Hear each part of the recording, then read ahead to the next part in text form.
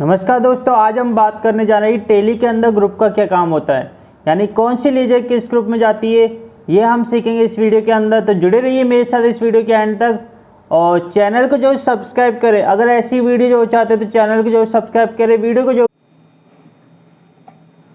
नमस्कार दोस्तों, स्वागत करता हूँ मैं आपके अपने channel Singh academy for computer class पर। दोस्तों, आज हम बात करने जा रहे हैं कि टेली के अंदर हमारा ग्रुप का क्या काम होता है। ठीक है, तो अब ग्रुप पे जाने के लिए सबसे पहले हम जाएंगे एडिटर के अंदर। एडिटर में जाने के बाद में ग्रुप पे जाना है। ठीक है, अब यहाँ पे आपको देखो कितने सारे ग्रुप्स दे रखे हैं। अब इन ग्रुप का काम क्या होता है ये मैं बताना चाहूँगा आपको। ठीक है, देखिए पहले बात करते हैं बैंक अकाउंट्स। तो कंपनी के जितने भी बैंक अकाउंट्स हैं, जैसे मान लीजिए सेविंग अकाउंट हुआ आपका करंट अकाउंट हुआ, जितने भी आपके बैंक के अकाउंट है कंपनी के नाम से, वो सारी लेजर किस में जाएगी, आपके बैंक अकाउंट्स में जाएगी। इसके लिए बैंक ओसीसी और ओडी की बात करूँ तो दोनों में से आप किसी में भी डालोगे, दोनों सेम ही चीज़ है। ठीक है, बैंक ओडी का मतलब होता है बैंक ओवरड्राफ्ट। ओवरड्राफ्ट का मतलब होता है कि जैसे आपके बैंक के खाते में जैसे 5,000 रुपये जमा है, बैंक ने आपको सुविधा दे रखी है, आप 10,000 रुपये तक आप खर्च कर सकते हो और 10,000 रुपये आप निकाल सकते हो। तो ये 5,000 रुपये जो रह जाएगा या वो बैंक ओडी कहलाएगा और इसको अपन किस में डाल देंगे, बैंक ओडी के अंदर डाल देंगे। ठीक है, ब्रांचेज की मैं बात करूँ तो कंपनी की ब्रांच या डिवीज़न कहीं और भी, जैसे अभी अजमेर के अंदर कोई ब्रांच है अपनी, ठीक है, सपोज कि जयपुर के अंदर भी एक और ब्रांच है, तो वो किस में जाएगा, आपका ब्रांच एंड डिवीज़न के अंदर जाएगा। कैपिटल की बात करूँ तो कैपिटल के अंदर दो ही लेजर आएगी, एक आएगी ड्राइंग की और एक आएगी कैपिटल की। तो दो लेजर जो है कैपिटल अकाउंट में आएगी। कैश इन हैंड की बात करूँ तो केस की लेजर के अंदर कैश इन हैंड में आती है। ठीक है, करंट एसेट्स की बात की जाए तो यहाँ पे करंट एसेट्स में जितने भी अपने करंट एसेट्स है, जैसे करंट एसेट्स की बात करूँ कि करंट एसेट्स क्या होती है, जिन्हें हम 1 साल के अंदर अंदर केस में परिवर्तित कर सकते हैं। जैसे प्रीपेड एक्सपेंसेस, ऐसे एसेट्स जिनका आपने पहले से पेमेंट कर दिया, तो ये क्या आपकी करंट एसेट्स है। ठीक है, बिल्स रिसीवेबल, बिल्स रिसीवेबल की बात करूँ बीआर होता है, तो किसी का बिल है उससे पैसा प्राप्त होना, तो वो हमारी क्या है, करंट एसेट्स है।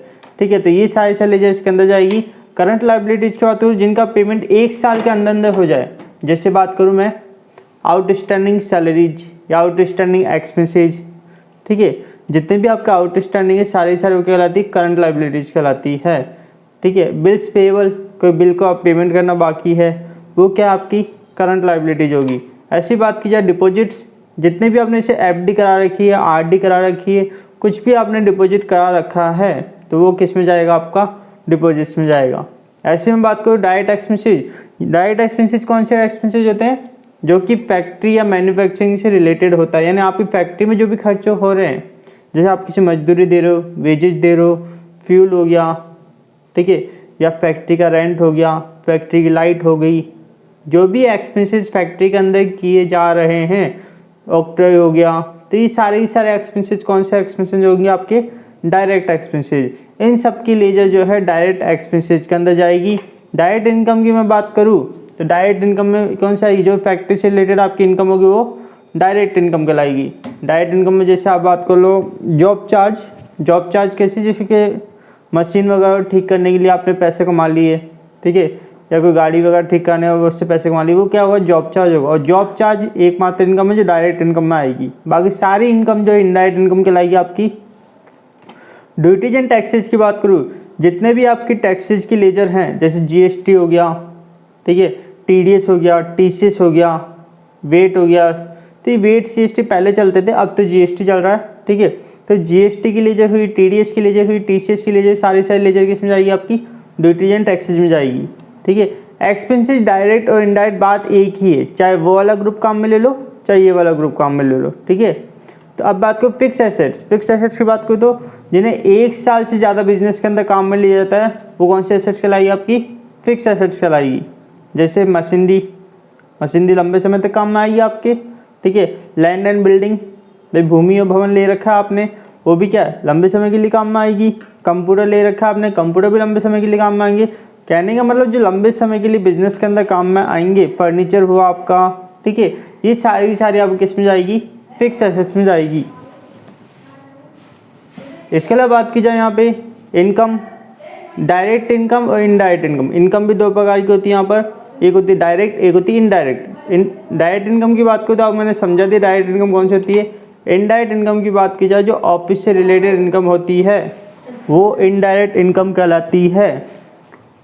ठीक है, आगे हम बात करेंगे इनडायरेक्ट एक्सपेंसेस की।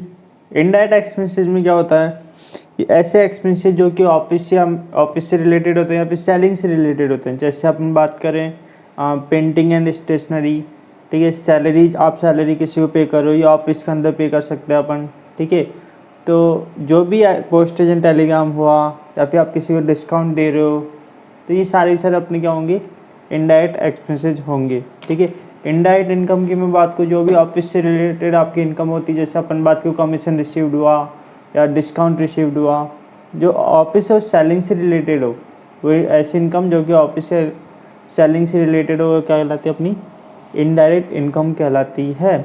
इन्वेस्टमेंट की मैं बात करूँ तो आपने जहाँ भी इन्वेस्टमेंट किया है, ठीक है, किसी भी चीज़ में आपने इन्वेस्टमेंट कर रखा हो तो वो इन्वेस्टमेंट की लेजर में जाएगा, इन्वेस्टमेंट नाम के ग्रुप में जाएगा। ठीक है, लोन एंड एडवांस की बात करूँ, अगर आपने किसी को लोन दिया है, ठीक है, loan to Mukesh, loan to Suresh, या फिर किसी को आपने एडवांस पैसे दिए तो आप किस में जाएगा, लोन एंड एडवांस में जाएगा। ठीक है, लोन्स लाइबिलिटी की मैं बात करूँ, अगर आपने किसी से लोन लिया है, जैसे लोन फ्रॉम सुरेश, आपको चुकाना पड़ेगा वो। ठीक है, loan from Suresh, loan from Mukesh, ये सारे के सारे आपका लोन्स लाइबिलिटी के अंदर जाएगा। मिसलेनियस एक्सपेंसेस की बात की जाए तो ये आपकी संपत्ति होती है, ऐसे एक्सपेंसेस जो आपने बिजनेस स्टार्ट करने से पहले किए हैं, जैसे लाइक प्रिलिमिनरी एक्सपेंसेस। ठीक है, तो वो किस में जाएगा, आपका मिसलेनियस एक्सपेंसेस के अंदर जाता है। ठीक है, प्रोविजन की बात की जाए तो प्रोविजन में आप कंपनी क्या है, जैसे फ्यूचर में कोई लॉस होने वाला है कंपनी को, जैसे कंपनी को पता है भाई ये पैसा मेरा डूबने वाला है, तो कंपनी उसके लिए क्या करती है, अलग से प्रोविजन तैयार करती है। जैसे provision for bad and doubtful debts, यानी ऐसे डेटर्स जिनसे पैसा आने की उम्मीद नहीं है, तो कंपनी उसके लॉस को कवर करने के लिए कुछ प्रोविजन तैयार करती है। उन प्रोविजन की लेजर को अपन प्रोविजंस में डालेंगे। नेक्स्ट परचेज, इसके अंदर परचेज और परचेज रिटर्न, ये दो लेजर इसके अंदर आएगी, तीसरी कोई लेजर नहीं आएगी। रिजर्व एंड सरप्लस की मैं बात करूँ तो कंपनी का कुछ प्रॉफिट का कुछ हिस्सा बचा के रखना चाहती है, हर साल कोई ना कोई हिस्सा बचाना चाहती है, तो ऐसे कोई भी रिजर्व के अंदर कोई पैसा ट्रांसफ़र करती है तो वो रिजर्व की लेजर जो है रिजर्व एंड सरप्लस के अंदर जाएगी। रिटेन अर्निंग्स की मैं बात करूँ, किसी जैसे कंपनी किसी के शेयर्स खरीद रखे, अब उससे कुछ अर्निंग हो रही है तो वो किस में जाएगी, आपकी रिटेन अर्निंग्स में जाएगी। सेल्स अकाउंट, कंपनी के अंदर जितने भी सेल्स की लेजर है, ठीक है, और सेल्स रिटर्न की लेजर है, ये सेल्स अकाउंट में जाएगी। सिक्योर्ड लोन, ऐसे लोन जिनके लिए आपने कोई सिक्योरिटी जमा करवाई है, जैसे आप बैंक से कोई लोन ले रहे हो, ठीक है, अब सिक्योरिटी के रूप में कुछ तो आपने जमा करवाया होगा, ठीक है, तो वो कहलाते हैं सिक्योर लोन कहलाते हैं। स्टॉक इन हैंड की बात की जाए तो कंपनी की ओपनिंग स्टॉक और क्लोजिंग स्टॉक दोनों की लेजर जो है स्टॉक इन हैंड में जाती है।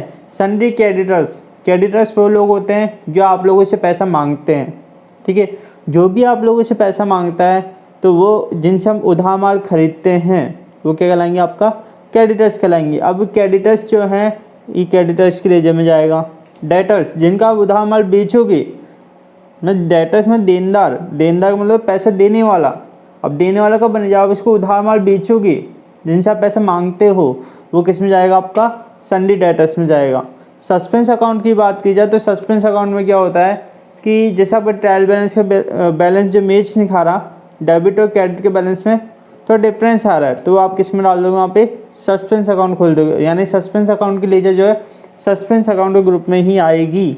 इसके बाद बात की जाए अनसिक्योर्ड लोन की, ऐसा लोन जो जिसके लिए आपको कोई सिक्योरिटी जमा नहीं कराते, जो आप मिलने वाले से लेते हो आप, ठीक है, ये loan from Mukesh, loan from Suresh, ये सारा अनसिक्योर्ड लोन में जाएगा। तो ये थे हमारे आज की वीडियो।